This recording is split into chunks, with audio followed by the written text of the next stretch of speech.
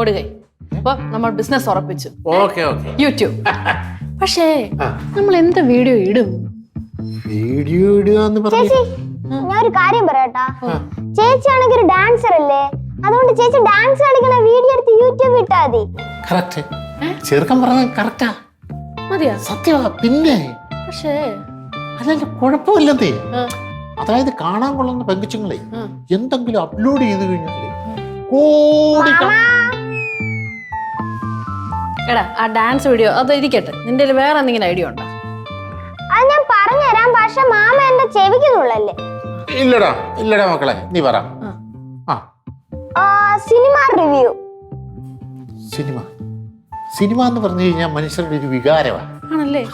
അത് ഇന്ന് ഇന്നലെ ഒന്നുമല്ല, പണ്ട് കാലം പോലെ. എനിക്കനുഭവമുണ്ട്. എനിക്കനുഭവമുണ്ട്. വീഡിയോ ഇട്ടിട്ടില്ല, സിനിമയുടെ കാര്യത്തില്. അതായത് ഞാന് 10ാം ക്ലാസ്സിൽ പഠിച്ചുകൊണ്ടിരിക്കുമ്പോൾ പരീക്ഷയാ, എല്ലാ എക്സാമിനേഷൻ കഴിഞ്ഞ് അവസാനം പിറ്റേ ദിവസം കണക്ക് പരീക്ഷയാ. പിറ്റേ ദിവസം കണക്ക് പരീക്ഷ. അപ്പൊ ആ ദിവസം തന്നെ പ്രേം നസീറിന്റെ തച്ചോളിയമ്പൂ റിലീസാകുന്നത്. അപ്പം തലേന്ന് രാത്രി, പരീക്ഷയുടെ തലേന്ന് രാത്രി ഞാൻ രാത്രി കിടന്നിങ്ങനെ ആലോചിച്ചു, തച്ചോളിയമ്പൂ കാണണോ കണക്ക് പരീക്ഷ എഴുതണോ, കണക്ക് പരീക്ഷ എഴുതണോ തച്ചോളിയമ്പൂ കാണണോ, തച്ചോളിയമ്പൂ കാണണോ. അങ്ങനെ ഒരു പ്രത്യേക ഒരു സംഘർഷത്തിലായിരുന്നു. അവസാനം തച്ചോളിയമ്പൂ ജയിച്ചു. പരീക്ഷ തോറ്റല്ല, പരീക്ഷ എഴുതിയില്ല, തച്ചോളിയമ്പൂ പോയി കണ്ട്. അതൊക്കെ അവിടെ ഇരിക്കട്ടെ. ഈ സിനിമ റിവ്യൂ കൊള്ളാം, സംഭവം കൊള്ളാം. പക്ഷെ നമ്മൾ സിനിമ കാണണ്ടേ റിവ്യൂ എഴുതണം? കാണണം ചേച്ചി, കാണണം. സിനിമ കാണുന്നതിൽ മാത്രമല്ല, കാണണ്ടേ? അല്ല, കാണുകയോ കാണാതിരിക്കുക, പക്ഷെ അത് പ്രസന്റ് ചെയ്യുന്നതിനകത്താണ് കാര്യം. അതിലാണ് കാര്യം. ഓക്കെ. അപ്പൊ സിനിമ കണ്ടില്ലേലും പ്രശ്നമൊന്നുമില്ല, നമ്മൾ നല്ല രീതിയിൽ അങ്ങോട്ട് പ്രസന്റ് ചെയ്ത് കഴിഞ്ഞാൽ ആള് കാണാം. ശരിയാ. എനിക്ക് തോന്നുന്നേ പെണ്ണുങ്ങൾ അധികം ഇത് ചെയ്തിട്ടില്ല. ഫീമെയിൽ റിവ്യൂസിനാണ് ഏറ്റവും കൂടുതൽ ഡിമാൻഡ്. അത് ശരിയാണ് കേട്ടോ. ഞാൻ ആണുങ്ങളുടെ വീഡിയോ ആണ് കണ്ടിട്ടുള്ളത്. പെണ്ണുങ്ങള് ഇതുപോലെ റിവ്യൂ ചെയ്ത്. നിങ്ങളെ മീറ്റിംഗ് കഴിഞ്ഞില്ലേ? ഇല്ല. ഞാൻ ഒരു കാര്യം പറയട്ടെ ജിനു.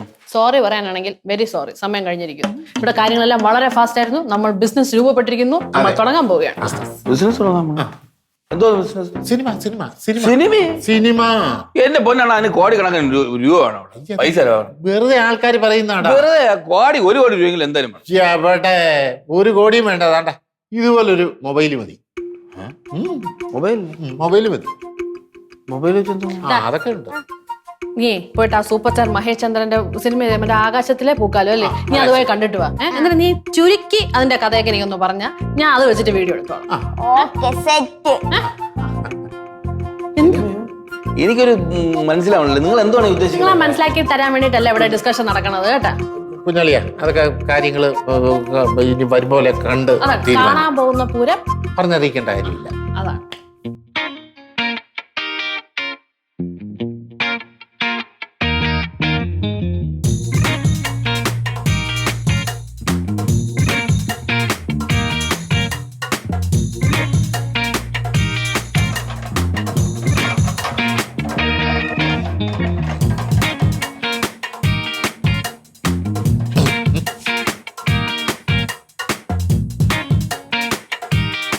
അവിടെ എന്തൊരു പരിപാടി?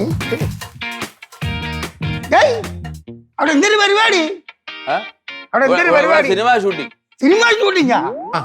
എന്ന് വെച്ചാൽ സിനിമ അല്ല, അതുപോലെ തന്നെ സംഭവം. എന്നാ ഞാൻ അങ്ങോട്ട് വരാം.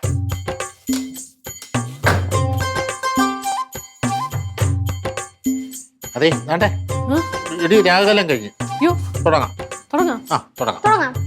ഓക്കെ. ഒരു ചെറിയ ടെൻഷൻ ഉണ്ട്. കുഴപ്പമില്ല, അനുഗ്രഹിക്കണം. നീ ചെറുതാണെങ്കിലും നീ കൂടെ അനുഗ്രഹിച്ചേക്കണം. നിങ്ങളടുത്താണ് എനിക്ക് പറയാനുള്ളത്. സംഭവം നിങ്ങൾ വഴക്കാളിയൊക്കെയാണെങ്കിലും നിങ്ങളാണ് ഈ ബിസിനസ് തുടങ്ങാനുള്ള നിമിത്തം. എന്തായാലും നന്ദിയുണ്ട്. മാമ പ്രാർത്ഥിക്കണേ. നടക്കട്ടെ, കാര്യങ്ങൾ നടക്കട്ടെ. എടി പെണ്ണ, ഞാൻ ഉള്ള കാര്യം ഞാൻ പറയാം. ഇതൊക്കെ വെറും തൊല്ല കേസാണ്. നീ ഒന്നും കൂടെ ആലോചിച്ച് തുടങ്ങാൻ നല്ലത്.